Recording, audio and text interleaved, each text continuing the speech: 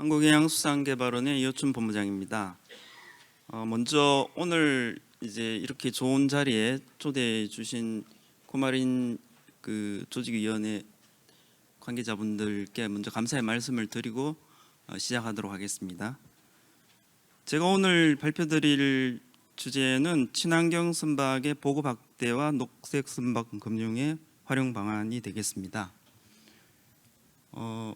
목차는 보시는 바와 같고, 먼저 친환경 선박에 관한 이야기가 계속 이제 앞서 주제에서 발표 주제에서도 나왔지만은 이제 이 해운업계가 당면한 가장 큰 이슈 중에 하나인데, 이제 이유를 보자면은 사실은 이제 기후 변화와 상당히 관련이 되어 있습니다. 아무래도 저도 어제 이제 부산에서 다른 일이 있어서 이제 오늘 행사와 겸해서 올라왔었는데, 저희가 이제 기간이 이제 한 10년 전에 부산으로 이전을 했거든요. 그 전에는 이제 서울에서 살았었는데, 옛날보다는 서울 기후가 상당히 좀 뭐랄까요, 좀 이렇게 좀 더 극단적으로 가는, 이제 덥거나 춥거나 이런 것들이 다 이제 우리의 일상생활에서 이제 느낄 수 있는 부분인데, 사실은 이게 이제 글로벌 차원에서 보자면은 기후 변화와 상당히 관련이 되어 있습니다. 그것이 이제 과학적으로 증명이 되었고, 이제 최근 200년 동안에 이런 기온의 상승이 이제 굉장히 빠르게 진행되다 보니까 이에 대해서 어쨌든 전 지구적인 차원에서 대응을 해야 되고, 그러한 것이 모든 산업에 영향을 미치고 있는 거죠. 그래서 이제 해운 업계에도 어찌 보면은 이제 가장 늦게 이런 파고가 지금 밀려오고 있는데, 아까 전에 이제 앞서 발표에서도 나왔지만 사실 온실가스 배출량 기준으로 보자면은 타산업에 비해서 그렇게 해운이 많지는 않습니다. 3% 내외에서 2.5% 내외를 이제 언급하고 있는데, 근데 이제 비용적으로 보자면은 상당히 지금 많은 비용이 이제 예상이 되고 있습니다. 왜냐하면은 이제 선박을 바꿔야 되는 부분이 1차적으로 이제 선사들에게 큰 부담이 될 수 있고, 두 번째는 또 항만에서 이거를 이제 인프라에 대한 투자가 또 이어져야 됩니다. 그러다 보니까 이 두 가지를 다 합치게 되면은 수십조 원의 이제 아니면 그 이상의 투자가 지금 예상이 되고 있는데, 과연 이거를 이제 해운업 아니면 이제 항만 산업까지 포함해서 감당이 될 것인가가 사실은 가장 큰 논란이 되는 부분입니다. 물론 일정 부분은 이제 화주 쪽으로 이제 증가되는 부분이 있을 거고, 그것이 또 제품의 가격에 하나의 인상 요인이 될 수도 있고, 요즘 또 워낙 인플레이션이 심하기 때문에 이런 것들이 결국 따지고 보면은 개인들한테 영향을 미칠 수 있는 또 요인이 될 수도 있습니다. 그러다 보니까 이 부분에 대해서 다들 관심이 있고 많은 연구가 이루어지고 있는데, IMO도 이제 이 부분에 대해서 이제 손을 놓고 있을 수 없기 때문에 굉장히 최근 들어서 많은 논의와 의제 문서들이 나오고 있습니다. 가장 대표적인 것이 이제 여기 나와 있지만은 18년에 조기 전략에 대한 발표가 있었습니다. 이때는 이제 목표치가 2050년까지 사실은 이제 50% 정도 수준을 감축하자, 2008년 대비. 근데 이제 몇 년 지나지 않아서 5년 만에 2023년에 사실 이 부분이 이제 넷제로로 바뀌었습니다. 그래서 저희가 잘 알다시피 MEPC 80차에서 이 부분에 대한 넷제로 실현이 있었습니다. 하지만 그 당시에도 상당히 좀 논란이 되었던 게 실현 가능성 부분입니다. 과연 2050년까지 100% 감축이 가능한가에 대한 논란이 있었고, 문구상에서도 나와 있지만 여기에서 이제 2050년이라고 명시되지 않고 클로스트라는 진짜 모호한 표현이 이제 거기에 담겨져 있습니다. 이런 것들이 어찌 보면 이제 IMO에서 전문가분들도 실현 가능성이 쉽지 않다, 모두가 합심해야만 도달 가능한 부분이라는 것에 대한 공감대가 들어간 부분이 아닐까 생각됩니다. 그리고 올해 이제 MEPC 81차에는 조금 더 이제 구체화되는 내용들이 담겨져 있습니다.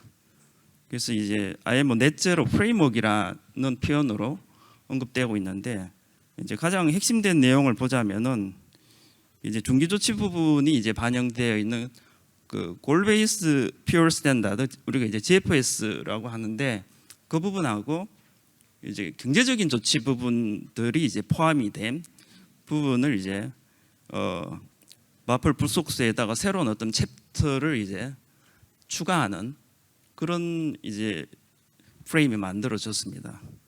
이것이 이제 궁극적으로 보자면은 이제 중기 조치를 25년까지 확정을 하고, 이제 지금은 이제 여러 후보들만 이제 있는 상태라고 보시면 됩니다. 어쨌든 그 중에서 가장 이제 대표적인 게 이제 퓨어 스탠다드라든지 아니면은 이제 뭐 GHG 랩이라든지 이런 어떤 조합에 의해서 중기 조치를 이제 25년 봄에는 결정을 해야 됩니다. 그리고 27년부터 이것이 이제 시행에 들어가게 되는데,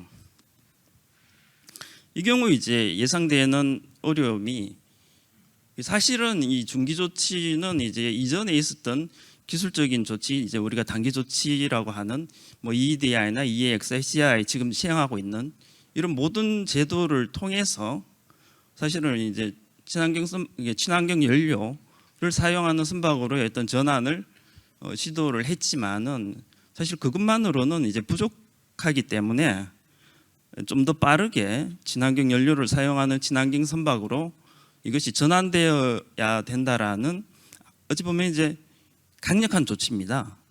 이제 이거를 뭐 이제 돈 내고 기존 선박을 계속 이제 끌고 갈 수 있는 하나의 어떤 대안이 아니라 사실은 바꾸라는 거거든요. 바꾸지 않으면은 이제 바꿀 수 없는 상태까지 이제 선사나 이제 관계 그쪽 업계에 있는 사람들을 이제 푸시하겠다는 거죠. 그러니까 바꿀 수밖에 없는 상황을 만들게 되는데, 결국은 이제 돈으로 이제 해결을 하겠다는 게 어찌 보면은 경제적인 조치입니다. 상당히 이제 그것을 받아야 되는 해운업계나 선사나 관련된 이제 뭐 항만도 마찬가지지만은 굉장히 부담스러운 부분이 될 수 있습니다. 이제 강력한 규제가 되는 거죠. EU 같은 경우에는 올해 이제 ETS를 해운을 포함시켰습니다. 다 이제 시행이 되고 있고, ETS 같은 경우에는 이제 일종의 배출권, 내가 배출할 수 있는 권리죠. 이 부분을 이제 돈을 주고 사야 됩니다.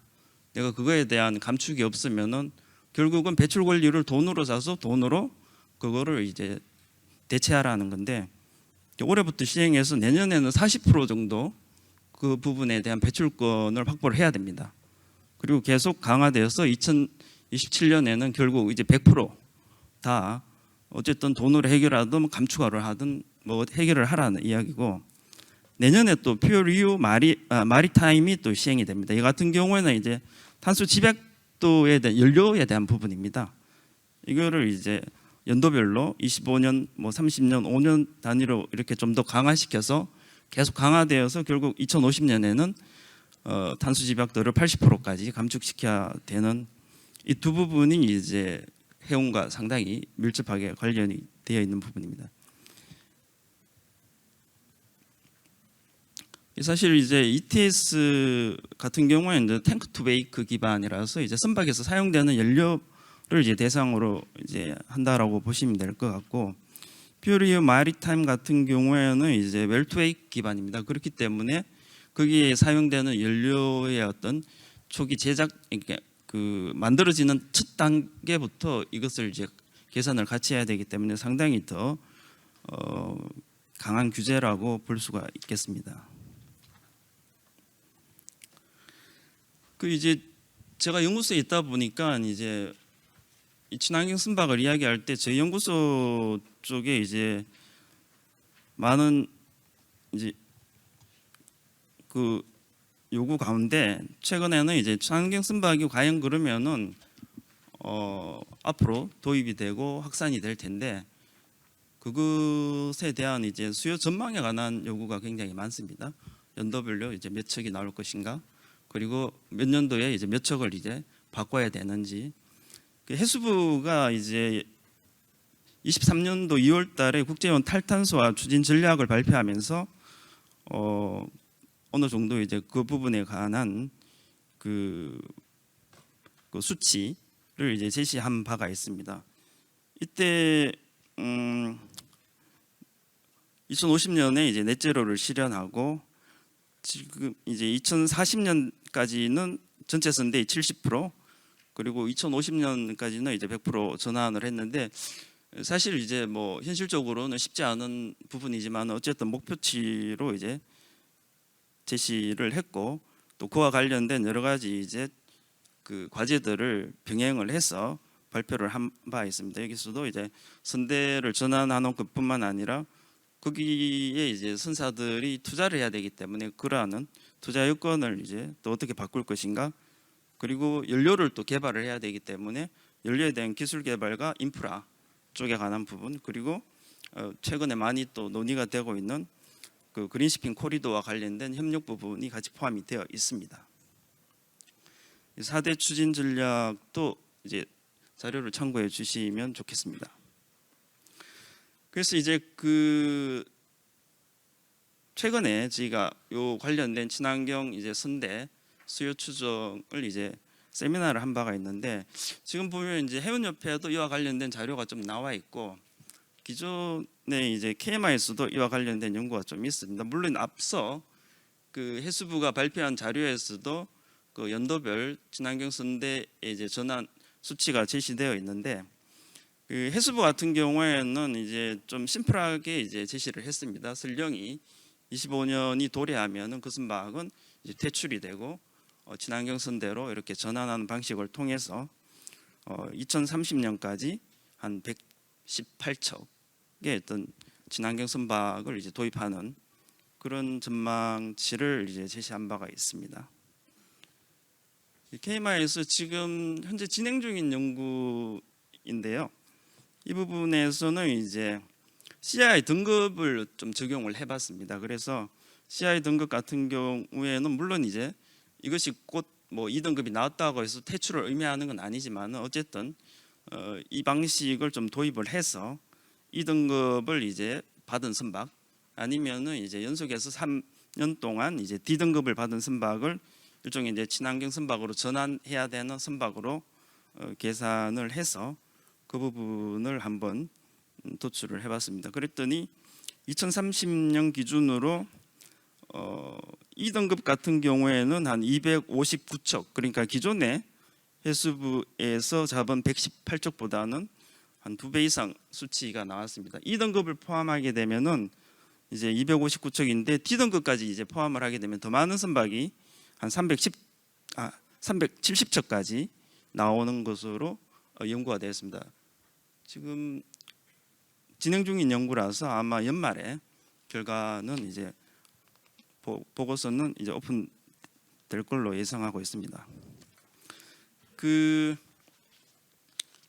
앞서 이제 말씀드린 바대로 이제 선사들이 엄청난 부담을 이제 안게 되는 상황이 이 친환경 선박을 어떻게 투자를 해야 될 것인가가 앞으로 예상이 됩니다. 그러면은 이제 어쨌든 뭐 지금도 마찬가지지만 선박이라는 것은 큰 투자가 따르게 되고 그 모든 그 투자금을 100% 투자해서 선박을 짓는 회사는 없죠. 그렇기 때문에 금융이 이제 지원을 해줘야 됩니다. 그래서 금융이 이제 이쪽 해운 쪽에서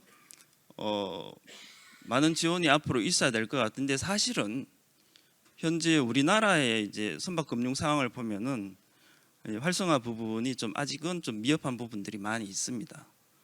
예전에도 많이 이제 그 연구가 되었던 부분인데 그 뭐 여기 이제 전체 이제 선박 금융에 관한 활성화 이제 요인 장애 요인과 방안으로 이제 제시되어 있지만은 제가 말씀드릴 부분은 이제 좀 친환경 선박으로 국한해서 말씀을 드리도록 하겠습니다. 여기 나와 있는 장애 요인들은 뭐 조세 관련된 부담이 이제 예전에 이제 뭐 이렇게 비과세 해주던 이제 선박 투자 관련된 그런 것들이 다 없어졌죠. 지금은 뭐 그런 이야기가 같이 포함되어 있고 투자 위축 그리고 뭐 전문 선조사 부재, 환경규제 대응 미흡 민간 선박 금융인데 가장 큰 부분이 어찌 보면은 민간 쪽에서 선박금융이 사실은 거의 없다라고 봐야 되는 부분이 있습니다. 왜냐하면은 이게 사실은 민간에서는 이 선박에 대한 투자를 하나의 어떤 투자 상품으로 이제 워낙 리스크가 크다고 판단을 하고 여기에 대한 금융을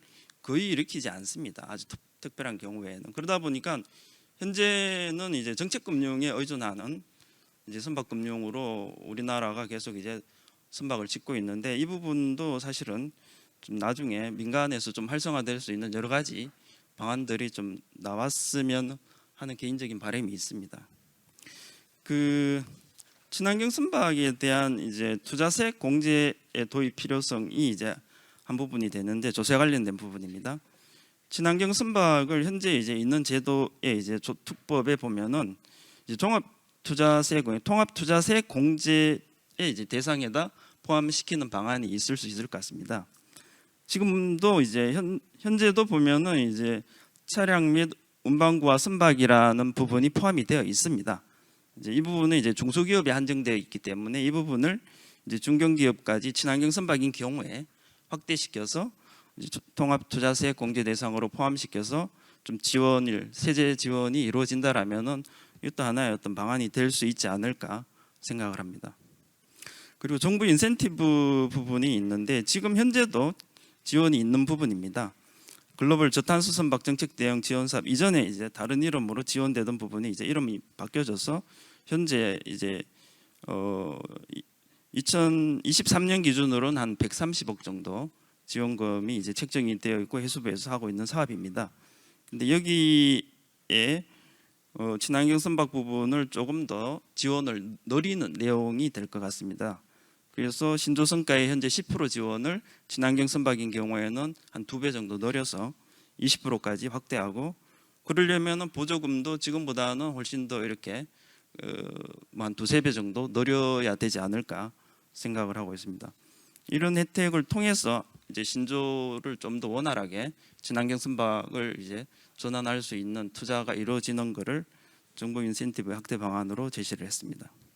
그다음에 ESG 관련된 부분인데, 이게 사실 해외에서는 ESG와 관련된 게 이제 상당히 조금 더 이렇게 활성화되고 있는 부분인데, 아직 국내에서는 뭐 녹색 채권이라든지 이런 유사한 상품들이 아직 금융 쪽에서도 좀 도입이 되어 있지 않습니다. 그래서 이 부분을 좀 더 이렇게 그 친환경 선박 투자와 연계시켜서 ESG 채권에서 이제 녹색 채권이 이제 보정 문제가 있기 때문에 KBC가 이 부분을 보정을 하고, 그 다음에 채권에 대한 인센티브도 세액 공제라든지 이제 보조금을 주는 방안을 통해서 ESG 금융이 이제 이 선박 투자, 친환경 선박에 대한 투자와 좀 연계될 수 있는 그런 방안을 또한 제시를 해보았습니다.